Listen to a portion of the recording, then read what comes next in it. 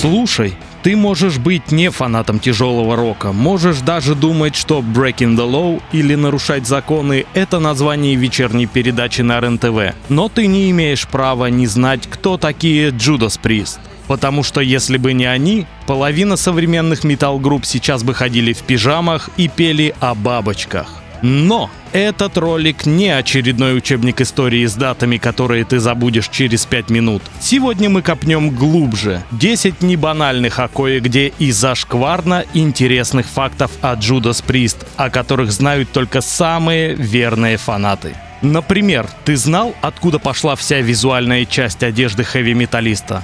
Знал? Ну, возможно, не все. Или то, что в одном известном сериале группу отнесли к жанру death metal, после чего создателям даже пришлось извиняться и исправлять ошибку. В общем, ставь на паузу все, кроме этого видео, запасайся снеками, сожми кулак и держись крепче за спинку своего стула, потому что сейчас будет дрифт по самой дикой биографии Judas Priest. Здорово, Монокаст, Ким здесь, и перед тем, как мы начнем, шлепай лайк, щелкай подписку, чтобы не пропустить новое видео о рок-легендах. Ну а сейчас надевай браслет с шипами и погнали. Номер 1. Judas Priest — это death metal. Нет. Наш первый факт — это настоящая анатомия рок-оскорбления, которая случилась не где-нибудь, а в святыне американской поп-культуры — «Симпсонах». 5 января 2014 года, казалось бы, обычный зимний вечер, спокойный эпизод под названием «Украсть этот эпизод». Гомер снова где-то чудит, и тут на сцену врывается Judas Priest. И все бы ничего, да только продюсеры решили назвать музыку группы дэт-металом. Да-да, ты не ослышался, дэт, мать его, метал. Это все равно, что назвать Элтона Джона рэп-исполнителем или сказать, что Моргенштерн играет на джаз-флейте. Respecting the law, respecting the law. Copyright law, copyright law. Фанаты Judas Priest, у которых в крови плавится сталь и гремят двойные бочки, слегка офигели, а кое-кто и вовсе заорал в монитор: «Какой вам нахрен дэт метал? Это же отцы хэви!» И что вы думаете? Продюсеры Симпсонов поняли, что накосячили по-крупному, и в следующем эпизоде устроили официальную, каноничную самоэкзекуцию. Барт Симпсон, как вы знаете, в каждом выпуске отрабатывает свои грехи на школьной доске. И вот в начале следующей серии он старательно выводит мелом: «Judas Priest is not death metal».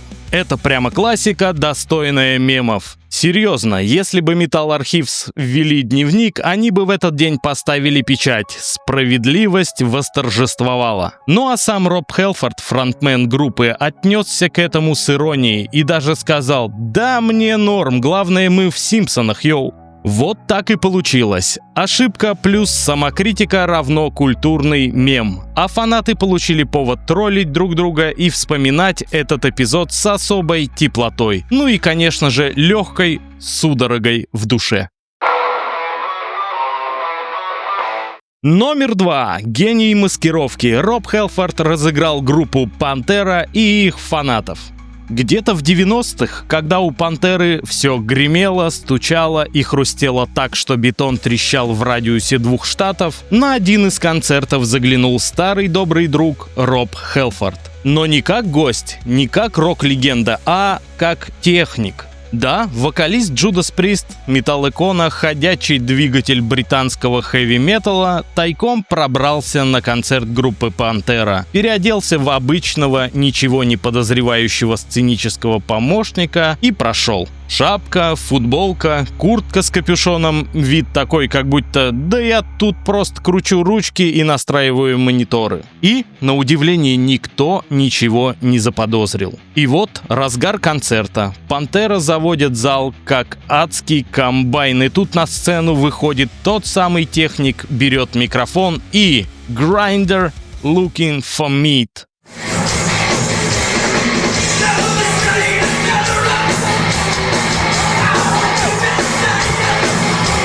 Да это ж песня Judas Priest, да это ж сам Роб, черт подери. Публика просто офигевает, музыканты Пантеры в шоке, им никто не сказал. Это была абсолютно неожиданная, спонтанная дичь. Ближайший аналог этого, если бы Оззи Осборн внезапно вылез из кофра для барабанов на свадьбе. Кстати, видеозапись этого безумия сохранилась и сегодня живет на YouTube как святыня олдскульного металла. Роб после этого говорил в интервью, мол, он просто хотел приколоться и сделать всем сюрприз. И знаете, когда певец уровня Хелфорда просто прикалывается, это звучит громче, чем сирена в 200 дБ на нефтяном заводе. Самое забавное, что он не просто вышел спеть, он реально стоял весь сет за кулисами в образе и не выдавал себя никому. Вот что значит настоящая засада. А теперь представьте это сегодня. Кто-то из технарей вдруг оказывается Брюсом Диккенсоном или Дэйвом Мастейном. Или, ну хорошо, Кирком Хэмметом, господи прости. Вот такие вот были времена, когда рокеры не только зажигали, но и устраивали эпические стелс-операции, чтобы врубить грайндер посреди концерта Пантеры. Металл, он ведь не только про агрессию, он еще и про сюрпризы и умение троллить вселенную по-крупному. Номер 3. Роб Хелфорд, вокалист группы Black Sabbath. Дважды. Да, вы не ослышались, был момент в истории металла, когда вокал Judas Priest стал голосом Black Sabbath. Это как если бы Бэтмен надел костюм Железного Человека не потому, что словил баг, а просто потому, что это было прикольно. Дело было в начале 90-х, когда у Black Sabbath, как обычно, немного кризиса, немного хаоса, немного «а кто у нас сегодня поет?». И вот в какой-то момент Ронни Джеймс Дио, сам по себе живой вокальный амулет, срывается и покидает группу перед концертом. Потому что, цитируем, «Я не буду разогревать Оззи Осборна, даже если это его прощальный тур в группе». Срочно был нужен кто-то, кто не просто может спеть, а сможет это сделать так, чтобы стены начали плавиться от напора. И тут Айоми как будто вспомнил код от игрушек Konami и ввел секретный чит на харизму. Роб Хелфорд. Что мы скажем по звонку? Алло, Роб? Тут Саббат, привет. Нужен фронтмен? Да, сегодня. Да, прямо сейчас. Да, песни знаешь. Да, разогрев Оззи. Нет, бронежилет не обязателен. И Хелфорд, не особо долго думая, врывается на сцену, берет микрофон и делает с залом такое, что до сих пор фанаты сдувают пыль с VHS-кассет с той самой записью.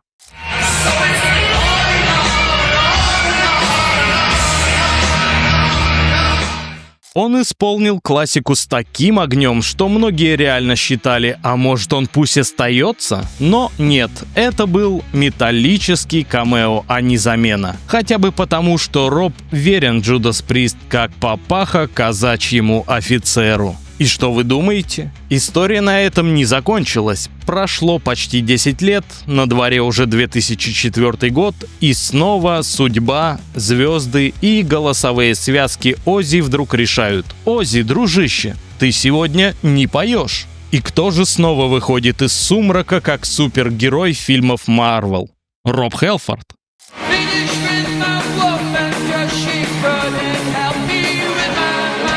Он во второй раз становится временным вокалистом Black Sabbath и снова делает так, как будто это его бенефис, а не срочная замена. Публика была в восторге, потому что когда две такие титанины, как Judas Priest и Black Sabbath, хоть на вечер сливаются в одно, это не концерт, это солнечное затмение с грохотом, громом и запахом озона. Поэтому мы можем резюмировать. Роб Хелфорд, он как натуральный супергерой. Когда металл зовет, Хелфорд приходит, как Бэтмен, только в кожаной косухе и шипах. Номер 4. Первые во всем. Live Vengeance 82 был первым концертом металл-группы, показанным в кинотеатрах. Сейчас ты можешь открыть YouTube, вбить Judas Priest Live, и через 5 секунд у тебя на экране Хелфорд в коже, свет, дым, гитара визжит, зал орет, и все, жизнь удалась. А теперь представь себе, на дворе 1983 год. Ютуба не существует, VHS — это прям роскошь для избранных, у которых есть видеомагнитофон размером с микроволновку и жужжащий, как бензопила. Но у тебя душа требует металла, и тут Judas Priest делают то, на что в тот момент никто из метал-групп не решался. Они показывают свой концерт в кинотеатрах. Повторюсь, ни по телеку, ни по радио, ни в школьной газете с афишей, а на большом экране в кинотеатрах, как блокбастер. И имя этой железной бомбы — Live Vengeance 82. Это концерт, снятый во время тура Screaming for Vengeance в Мемфисе. Был не просто мощным, он был как железный кулак в лицо поп-культуре. В эпоху, когда в кино шли Rocky 3, Эд и Blade Runner, в некоторых залах США вместо попкорна дым и пиротехника, вместо мелодрамы Хелфорд с мотоциклом на сцене. Люди заходили в кинотеатр и выходили оттуда как новообращенные в веру хэви-металла. А еще это был, по сути, первый в истории метал-концертный фильм, показанный на большом экране. То есть до Some Kind of Monster от Metallica, до Iron Maiden, до Dio первопроходцами были Judas Priest. Это было просто революцией, потому что раньше ты мог увидеть метал-группу либо живьем, либо по ТВ, либо никак. А тут большой экран, большой звук и большая злость в голосе Хелфорда. Люди шли на сеанс и реально одевались как на концерт. Кожа, заклепки, пивной животик в футболке с дыркой, ну, в общем, полный комплект. Ходят байки, что в некоторых городах охрана кинотеатров просила не слэмиться между рядами и не зажигать зажигалки, но получалось не у всех. Judas Priest сделали это еще до того, как это стало мейнстримом, потому что, как говорится, кино — это искусство, металл — это жизнь, а Judas Priest — это когда и то, и другое выходят в прокат одновременно. Номер 5. Взрывоопасные. Причем в прямом смысле этого слова. Так, друзья, забудьте на секунду про фейерверки на даче, салют на Новый год и даже про взрывной характер вашей бывшей. Потому что сейчас я расскажу вам про момент, когда Judas Priest случайно устроили мини-апокалипсис на сцене, вживую. Да, звучит как фэнтези на стероидах, но реально это произошло. Дело было в славные лихие 80-е, когда у Judas Priest в арсенале были не только гитары, кожа и высокие ноты, но еще и пиротехника уровня «Мечта» Майкла Бэя.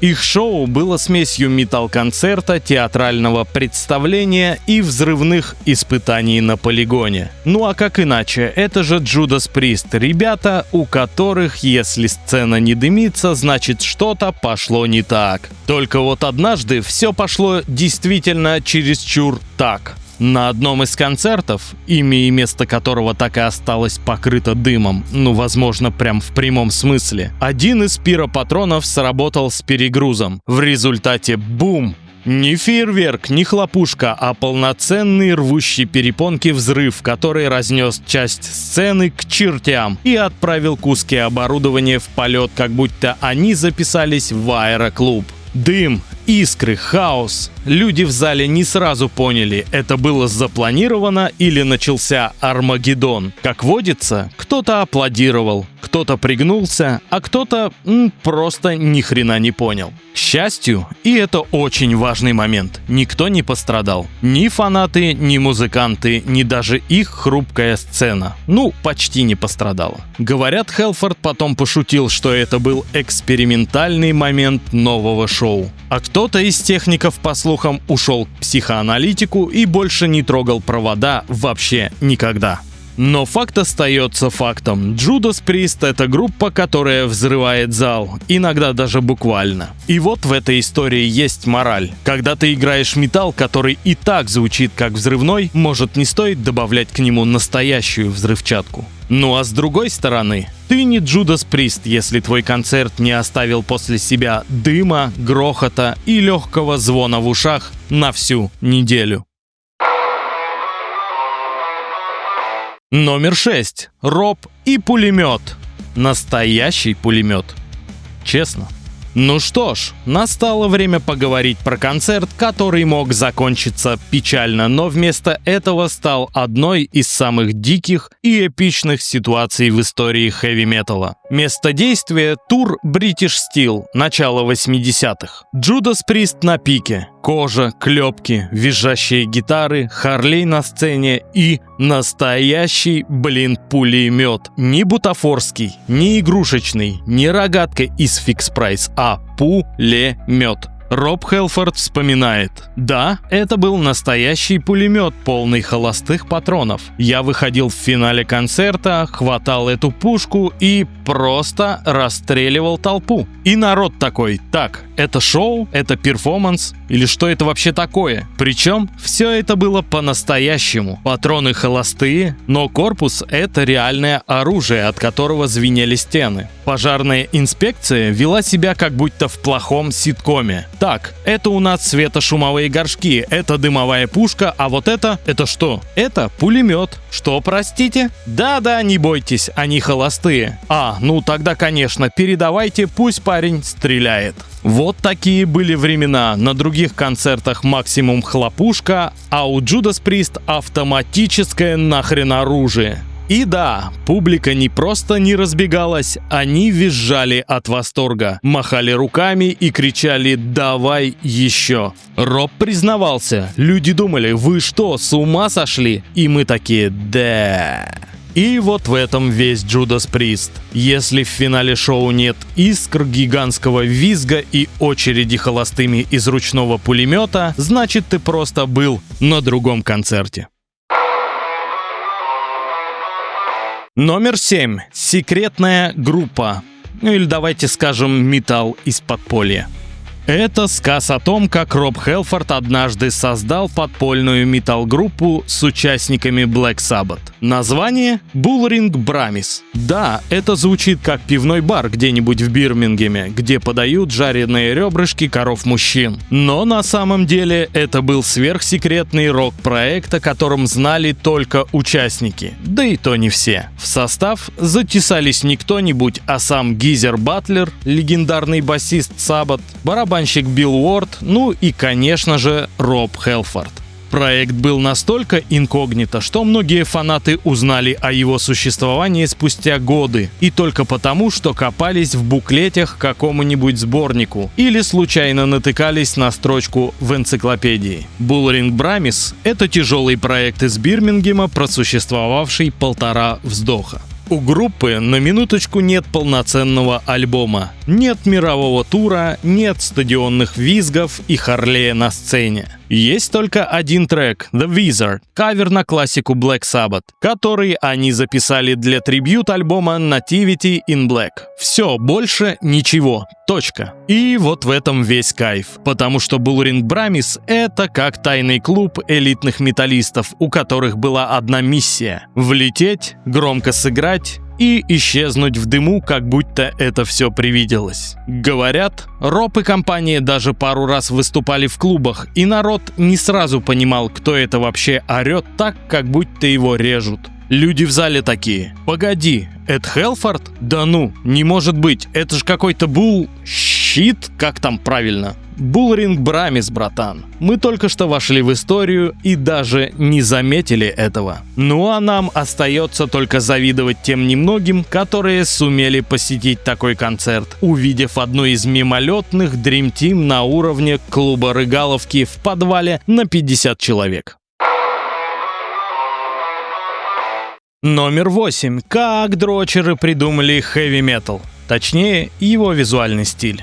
Здесь, друзья, у нас история довольно схожая с тем, что было у Кори Тейлора в нашем ролике про Slipknot. Кстати, рекомендуем к просмотру. Так вот, Да, ты все услышал правильно. Ты носишь косуху, клепки и кожаные штаны? Скажи спасибо дрочерам из порно-кинотеатра. История начинается в те славные времена, когда Роб Хелфорд до карьеры в Judas Priest работал в порно-кинотеатре. Ни актером, ни режиссером, ни кассиром, но тем не менее говорил, что билеты стоили 2 фунта. И заходи, брат, устраивайся поудобнее. В интервью Loudwire Хелфорд сказал буквально: «Это был порно-кинотеатр. Маленькая такая комнатушка меньше этой, 3 стула и 3 чуваков, которые стояли вокруг и имитировали бурную, активность. Короче, мастурбировали». Да, вот такие вот сеансы культурного досуга. И вот стоит Роб однажды, когда уже стал вокалистом Priest, и вспоминает, как смотрел на этих энтузиастов соло, и вдруг ловит жесткий инсайт. Они ж были все в коже, в цепях, в заклепках. Да это ж очень круто. И в этот момент солнце взошло над хэви-металом. Хелфорд решает, что если кожа, заклепки и наручники заводят публику в темной комнате, то на стадионе эффект будет еще круче. Он идет в лондонский фетиш-магазин, да, тот самый, где продаются вещи, которые лучше не гуглить с рабочего компа. Мне, пожалуйста, кожанку, наручники и что-нибудь, чтоб сцена полыхнула. На выходе он выглядел не как обычный певец, а как человек, который готов петь металл и устраивать визуальный и культурный шок. И что вы думаете? Группа это увидела и такие: блин, это же не просто круто, это целый сценический гигантизм. Так и родился тот самый стиль Judas Priest. Кожа, шипы, цепи, очки и мотоцикл. И понеслось. Потом за ними подтянулись все, кому не лень. Motorhead, Accept, Motley Crue, Wasp и даже Metallica с Iron Maiden. Ирония ли? Половина этих групп даже не подозревала, что носят униформу людей, которые нажимают на плей и идут в бой, беря в руки свои кожаные мечи в кинотеатре на 3 кресла.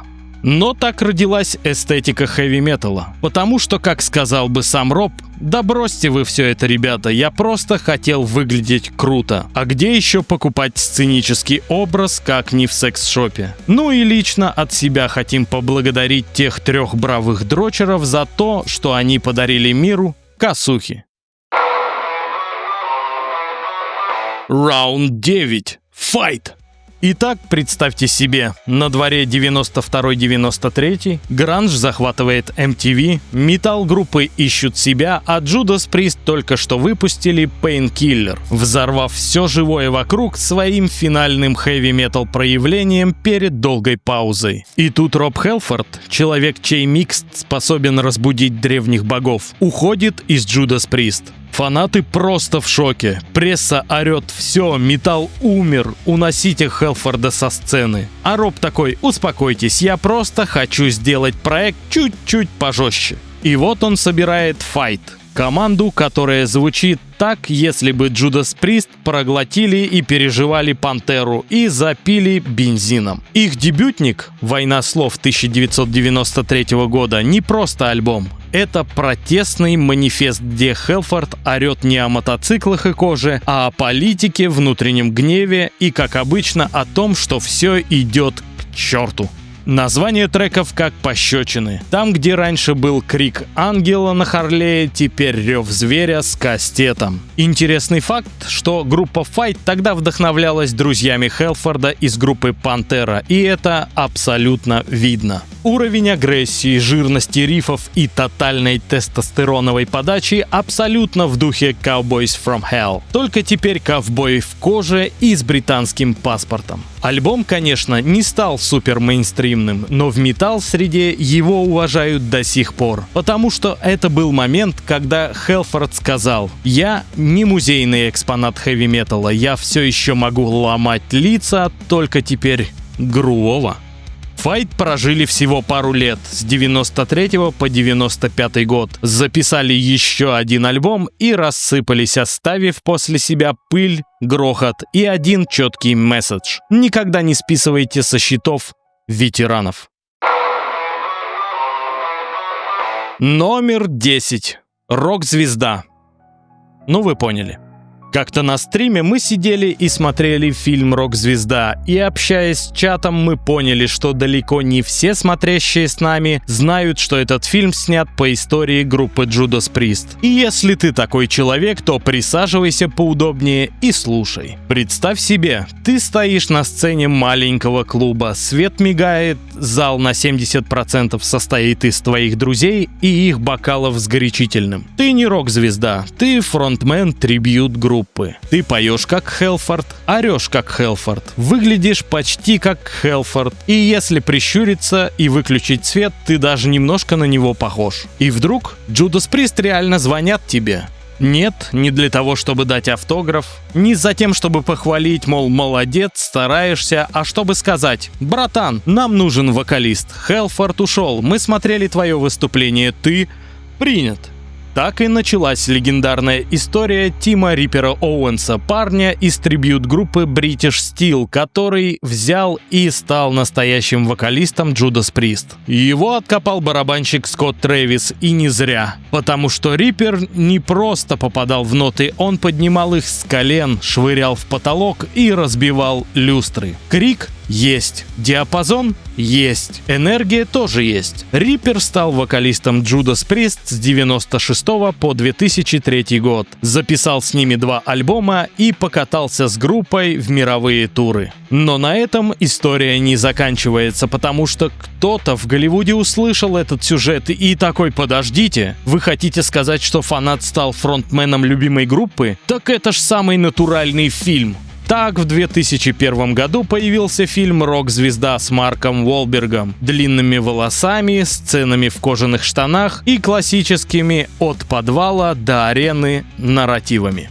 Да, там название группы изменили, песни другие, но суть осталась прежней. Вокалист трибьют-группы становится настоящей звездой, и его жизнь превращается в турбулентный коктейль из славы, секса, перегрузов и внутреннего раздрая. Правда, сами Judas Priest от фильма немного открестились, мол, мы не давали добро, и вообще там все приукрашено. Но даже несмотря на это, фанаты до сих пор говорят: это кино чисто про Риппера, только без настоящих воплей. Вот и получается так, что иногда быть фанатом — это не просто стоять и кричать у сцены. Иногда это билет на саму сцену, а иногда и в сам Голливуд. Они были первыми, кто заставил металл не просто звучать узнаваемо, а выглядеть узнаваемо. Пока живы Judas Priest, жив и металл, потому что группа не даст ему умереть. Они не просили разрешения быть громкими, странными или первыми. Они просто ими были. И весь мир либо принимал это, либо оставался позади. От того маленького клуба с 3 стульями до арены, где ревет толпа. От наручников в секс-шопе до пулемета на сцене. Каждый шаг был вызовом. И все это не ради эпатажа, а ради правды. Ради музыки, которая звучит не в ушах, а в самом сердце. Берегите слух, носите кожу и никогда не стесняйтесь быть слишком громкими. Потому что в мире, где все пытается тебя придушить, Judas Priest напоминают: будьте теми, кто зажигает сердца. До встречи в следующем ролике. Монокаст, Ким были здесь. Пока!